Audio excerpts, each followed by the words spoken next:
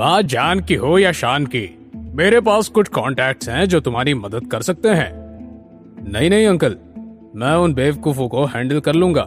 रजत, जब तुम्हारा काम हो जाए तब तुम और आलिया बाहर घूम आना। तुम दोनों एक दूसरे के साथ जितना वक्त बिताओगे उतना अच्छा होगा।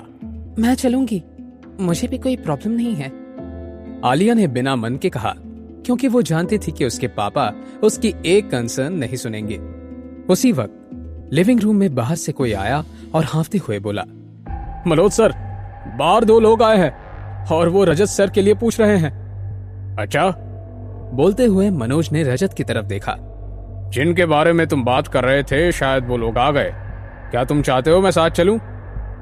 नहीं, आप उन्हें अंदर बुला लीजिए, अंदर आने दो उन्हें। कुछ मिनट बाद आहान और रॉकी उस रूम में आए। उन्हें देखकर आलिया की आंखें खुली की खुली रह गई। विकी भाई कहाँ है? तुमने उनके साथ क्या किया है? ये कहते हुए रॉकी की आंखें बिल्कुल लाल हो गई थी। वो एकदम से 2 कदम आगे आया और उसने रजत को मुक्का मारने के लिए हाथ हवा में उठाया था, पर रजत टस से मस नहीं हुआ और उसके आगे एक लंबा चौड़ा आदमी आ गया। यह आदमी रजत का बॉडीगार्ड शेरा था। अगर रॉकी की जगह कोई और होता तो शायद वो वहीं बेहोश हो जाता, पर रॉकी भी ट्रेन था। उसने खुद को बचाने के लिए फुर्ती से अपना शरीर हिलाया। ये देखकर शेरा को गुस्सा आया। उसका वार खाली कैसे जा सकता था, इसलिए उसने अपने घुटने से रॉकी को पेट पर मारा। रुक जाओ!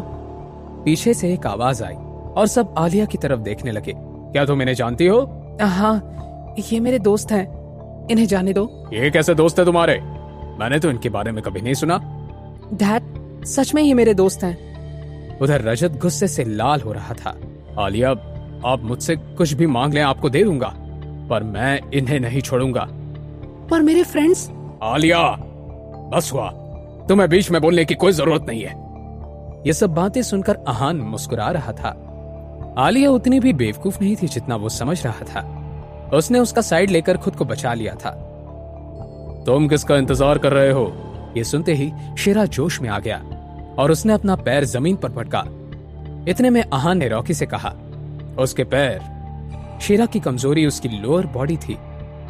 अपनी ऑब्जर्वेशन की वजह से आहान को यह बात पता चल गई थी। जैसे ही रॉकी ने उसकी कमजोरी पर हमला किया, उसकी सारी ताकत और स्ट्रेंथ खत्म हो गई। कौन हो तुम? आहान, मैं जानता हूं कि विकी को कुछ नहीं हुआ है, इसलिए सीधे सीधे बता दो वो कहां पर है। और अगर मैंने नहीं बताया तो? अभी तक तुमने जो भी देखा वो बस ट्रेलर था। पूरी पिक्चर अभी भी बाकी है। वो विकी मरा नहीं है, वो वशिष्ठ हाउस में बंद है। वहां जाने की हिम्मत है तुमने? डरने वाली बात क्या है इसमें? तुम बस रास्ता बताओ। हाँ, तुम में हिम्मत है, और अगर ऐसा है तो मेरे साथ चलो। रजत, आलिया को भी अपने साथ ले जाओ। आलिया, तुम्हारा क्या ख्याल है? आलिया चाहकर भी मना नहीं कर सकती थी, क्योंकि मनोज आलिया की तरफ घूर रहा था। मुझे कोई परेशानी नहीं है। चारों गाड़ी में बैठे और वशिष्ठ हाउस की तरफ जाने लगे। जब गाड़ी एक जगह रुकी तो आहान को समझ आ गया कि वशिष्ठ हाउस और कुछ नहीं बल्कि एक वेकेशन होम था। वशिष्ठ हाउस में बहुत खूबसूरत फूल, रजत के पास सबसे बेसिक कार्ड था। ये देखकर आहान को हंसी आ गई। जैसे ही उसने वो कार्ड देखा, उसी वशिष्ठ हाउस में एंट्री मिल गई उसको। आलिया, तुम चाहो तो यहाँ कभी भी आ जा सकती हो।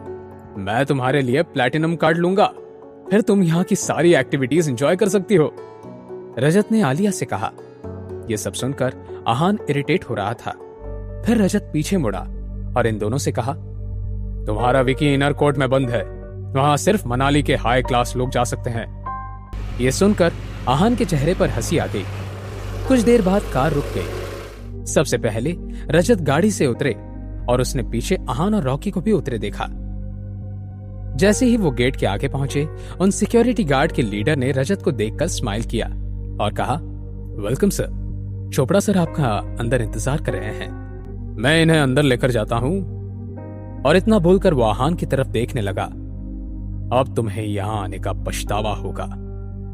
मिस्टर चोपड़ा कौन है? क्या आहान और रॉकी को यहाँ विकी मिल जाएगा? क्या सच में ये दोनों यहाँ आना रिग्रेट करेंगे? जानने के लिए देखिए अगला एपिसोड सिर्फ पॉकेट एफएम के YouTube चैनल पर। और सीक्रेट अमीरजादा के सारे एपिसोड्स को सुनने के लिए डिस्क्रिप्शन में दी हुई लिंक से डाउनलोड कीजिए पॉकेट FM ऐप।